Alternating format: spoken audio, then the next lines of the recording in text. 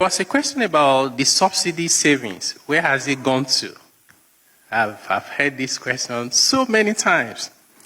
And guess what? It's a valid question. The combined impact of the subsidy on fuel, as well as, I like to call it subsidy on FX, right, was about 5% of GDP. So you remove both, you save money. But saving money wasn't the primary objective. It was eliminating the distortion and the corruption in the system, which is more fundamental. But the money saving is also important. So where has the money gone to? And in a few days, you will see the detailed analysis, because we believe that we owe a duty to explain what we do to the Nigerian people. That's what transparency looks like. But in the meantime, I can give you some of the highlights. Many Nigerians will simply compare the past with the present and conclude that the reform is not working for them. Some would even say it's a bad reform. What we don't normally compare, or the question we usually don't ask. Basi drives a commercial tricycle in Calabar, and every morning before he picks up his first passenger, he does the same quiet math in his head. Fuel is sitting at around 1,300 naira a litre this week, so he needs to make a certain number of trips just to break even before he earns a single naira for himself, his wife, and his 2 children in primary school. Some weeks the price drops a little and he breathes easier. Other weeks it climbs again and he simply works longer hours to cover the difference, because there is no version of this job where he can pass the full cost onto a passenger who is also struggling. 3 years ago, Basi remembers exactly where he was when the government announced that fuel subsidy was gone. He remembers the price at the pump jumping almost overnight, and he remembers the promise that came with it, that the money Nigeria used to spend propping up the price of petrol would now go into roads, hospitals, schools, and the kind of infrastructure that would make his daily hustle easier, not harder. What is happening to Basi is really about a question millions of Nigerians are now asking out loud, 3 years after that announcement. If subsidy is truly gone, why does the federal government still appear to owe its own oil company more than 17 trillion naira tied to the price of petrol, and where exactly did the savings from ending subsidy actually go? Before we go deeper, I just want to say thank you. Since NaijaNewsWatch started, the support, the comments, the likes, and every single subscription have helped this channel grow beyond what I imagined. If you've been enjoying these in-depth political breakdowns and you want to see more videos like this, the best way to support the channel is by subscribing. It really motivates me to keep researching, digging deeper, and bringing you clear, fact-based analysis. Now, let's get into the story, because what happens next changes everything. Let's catch you up plain and simple.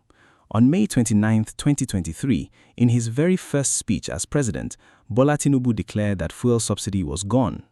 Petrol prices, which had been held down for years at around 195 naira a litre, jumped within days to above 500 naira and have kept climbing since. The government's argument was straightforward.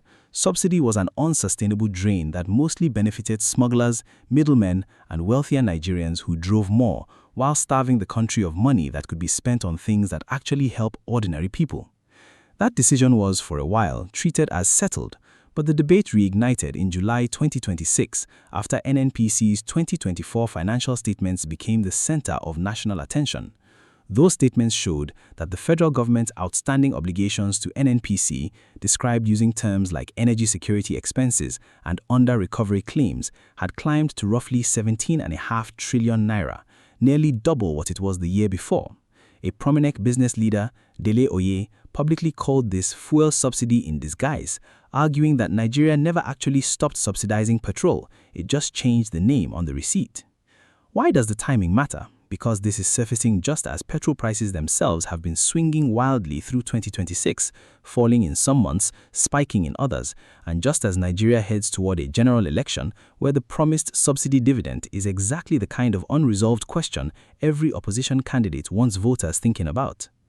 Now, let's look at the structure behind this story, because the terminology here is doing a lot of quiet work.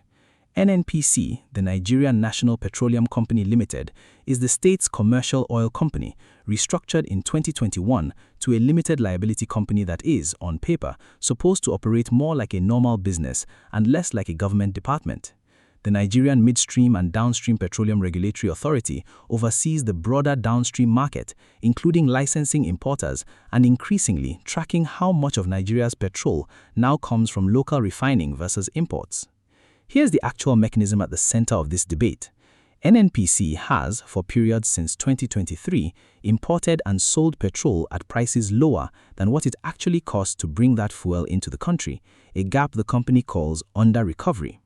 Because NNPC is meant to remit oil revenue to the federal government's account, that under-recovery gets deducted before the money reaches the Federation account, effectively meaning the government absorbs the shortfall rather than the Treasury receiving the full amount it should receive. The International Monetary Fund itself has described this practice as an implicit subsidy, even though officially subsidy was declared over. Where's the gray area being exploited? In the language itself. Subsidy, under-recovery, and energy security expenses can describe functionally similar transfers of public money to keep fuel artificially cheaper than it would otherwise be, but only one of those terms is politically toxic in Nigeria after 3 years of painful reform. Whoever controls the vocabulary controls a significant part of the public narrative, and that is precisely the terrain this fight is being fought on. This is where we go deep, because behind every disputed number in this story is somebody with a reason to want it explained a certain way. Let's start with what NNPC's own books actually show, because the picture is more complicated than either side's talking point suggests. The company's under-recovery balance opened 2024 at 6.21 trillion naira, up sharply from 2.06 trillion naira the year before, and total energy security debt owed to NNPC by the Federation had climbed to 8.67 trillion naira by the end of that year. Layered together with other receivables, the Federation's total obligations to NNPC reached the roughly 17.5 trillion naira figure that triggered this entire debate. Some more recent reporting has cited an even higher energy security bill approaching 20 trillion naira, a separate, newer figure that has added fresh fuel to the controversy rather than resolving it. And here's the tension point that should genuinely surprise you. In the very same financial year that NNPC recorded this ballooning debt from the Federation, the company also posted a profit after tax of 5.4 trillion naira, its strongest performance since becoming a limited liability company, a 64% jump from the previous year. So the honest picture is not simply the money vanished. It is that NNPC is simultaneously the government's creditor, owed trillions for absorbing fuel price gaps, and one of Nigeria's most profitable companies, all within the same set of books, which is exactly the kind of arrangement that makes outside observers uneasy and makes calls for a genuinely independent forensic audit, growing louder since these disclosures, entirely reasonable. So who benefits from this arrangement continuing as it is? NNPC itself gains enormous leverage and opacity. As a limited liability company, its detailed internal accounting is far harder for ordinary Nigerians, journalists, or even the National Assembly to scrutinize than a straightforward government subsidy line item ever was. The government benefits politically from being able to say, truthfully, in a narrow technical sense, that subsidy is gone, even while a functionally similar cost continues to move through the books under different names. And who loses? Nigerian taxpayers and fuel consumers, obviously, but also Nigeria's own fiscal credibility, because every time a number this large surfaces with this little public clarity, it becomes harder for the government to convince citizens that painful reforms are actually delivering what was promised. Now, let's talk about where the savings actually did go, because the government has finally started answering that question directly. In late July 2026, Finance Minister Taiwo Oyedele told an economic forum in Abuja that the savings from removing both the fuel subsidy and the foreign exchange subsidy were spent on debt servicing, the new national minimum wage, student loan disbursements, and other government obligations, not banked and not, as some had assumed, simply disappeared. That is a meaningfully different answer than either nothing changed or the money is missing. It's closer to the money went to keeping the government's other promises afloat, which raises its own uncomfortable question about whether those trade-offs were ever clearly explained to the public in the first place. The electoral implications here are sharp, and this is your strongest tension point of the whole video. Former Vice President Atiku Abubakar, marking the third anniversary of the subsidy announcement in May 2026, accused the Tinubu administration of spending 17.5 trillion naira in a single year on what the government calls energy security costs, calling it grand larceny dressed as public expenditure and demanding to know why Nigerians are still paying roughly 1,000 naira a litre if subsidy is genuinely gone. Whether or not you find that framing persuasive, it tells you exactly how this number is going to be used between now and the January 2027 election, not as a central accounting footnote, but as a central attack line. There's also a genuinely new silent player reshaping this entire market, the Dangote refinery.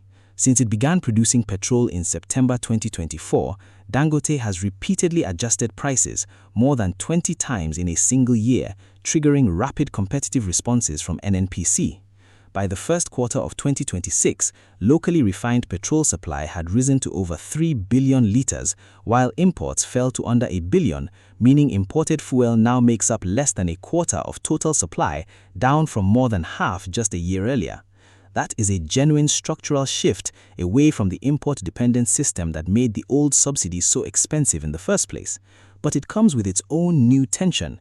In July 2026, Dangote and NNPC publicly disputed how many crude cargoes NNPC had actually delivered under their Naira for crude arrangement, and Dangote briefly repriced its petrol in US dollars rather than Naira, a move that exposed just how far Nigeria still is from being fully insulated from global oil price shocks, especially after the February 2026 disruption to the Strait of Hormuz shipping route during tensions between the US and Iran, which pushed pump prices back up toward 1,300 to 1,400 Naira a litre. The timeline of moves and counter-moves reads almost like a running argument in public. Tinubu declares subsidy gone in May 2023, prices rise repeatedly through 2024 and 2025. NNPC's 2024 financials, released in mid-2026, reveal the 17.5 trillion naira figure. Deleoye calls it disguised subsidy. NNPC and government officials push back, arguing the framing is misleading. Atiku seizes the anniversary to attack the administration directly. The finance minister responds with a partial public accounting of where subsidy savings actually went. And through all of it, Dangote's refinery keeps cutting and raising prices independently, adding a second, harder-to-control variable to a debate that used to be entirely about government policy. Let's bring this back to Bassi, still doing his morning math on Calabar's roads. Whatever the correct technical label for that 17.5 trillion naira figure, the price Bassi pays at the pump is not shaped by that debate directly. It is shaped by exchange rate movement, global crude prices, and increasingly competition between NNPC and Dangote. But the underlying question absolutely lands on him. If the government did save real money by removing subsidy, and that money went toward debt servicing, minimum wage increases, and student loans rather than the roads and infrastructure improvements that were promised most loudly, then Bassi experiences the cost of reform. Higher fuel prices, higher transport costs, higher prices for everything transported by road, without experiencing much of the promised benefit directly in his own daily life. The economic consequences ripple far beyond tricycle drivers. Every increase in pump prices raises the cost of moving food, goods, and people around a country that depends overwhelmingly on road transport, which is a major reason Nigeria's inflation has stayed elevated for years even as the headline subsidy debate has shifted.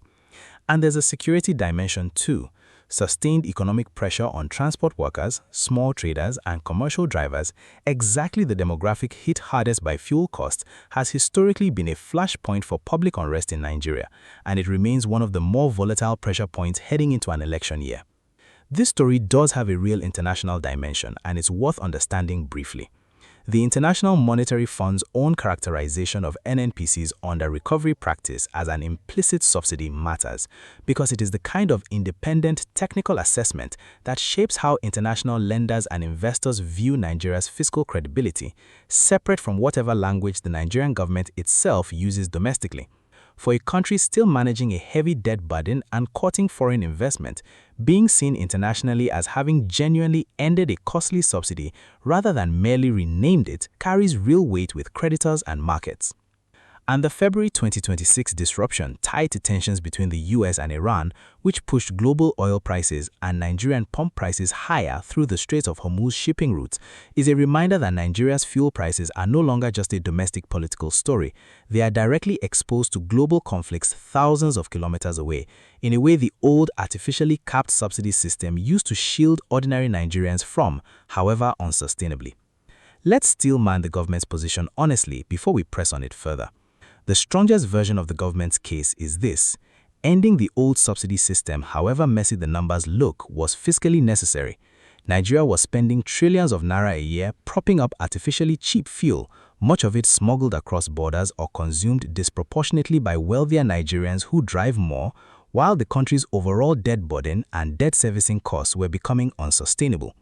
On that broader point, independent economists broadly agree retaining the old system indefinitely was not a real option, and inflation, while it rose sharply after subsidy removal, has come down from its peak, sitting around 15% in early 2026 compared to the much higher levels seen right after the policy changed. Where that argument gets harder to defend is in the specifics of transparency. If NNPC's own books show government obligations tied to fuel pricing climbing to 17 or even 20 trillion naira, using different terminology than subsidy does not on its own answer the substantive question of whether Nigerians are still effectively paying for cheaper fuel through the back door of the Federation account, just with fewer people able to see or scrutinize it clearly. The strongest counter-narrative from critics that this is functionally the same subsidy, just rebranded and made harder to audit, has not been convincingly refuted by government officials, only contested on definitional grounds. And Nigeria's long-term fiscal credibility, both domestically and with international partners, depends on that gap between official framing and public understanding, closing, not widening. So what should you actually watch for in the coming months? Watch for the promised detailed public breakdown from the Finance Ministry showing exactly how much was saved from subsidy removal and precisely where it went. Minister Oyedele committed to releasing this, and whether it actually materializes and how convincing it is will shape public trust significantly. Watch for whether the growing calls for a genuinely independent forensic audit of NNPC's accounts gain real political traction or quietly fade the way similar calls have in the past. Watch the ongoing tension between NNPC and Dangote Refinery for crude supply commitments, because as local refinery capacity continues rising, the government's ability to blame global exchange rates and import costs for high pump prices will weaken, putting more scrutiny directly on domestic pricing decisions. Best case, a credible, independent breakdown of the numbers restores public confidence that subsidy savings were used responsibly, even if imperfectly, and continued growth in local refinery gradually brings prices down and stabilizes them.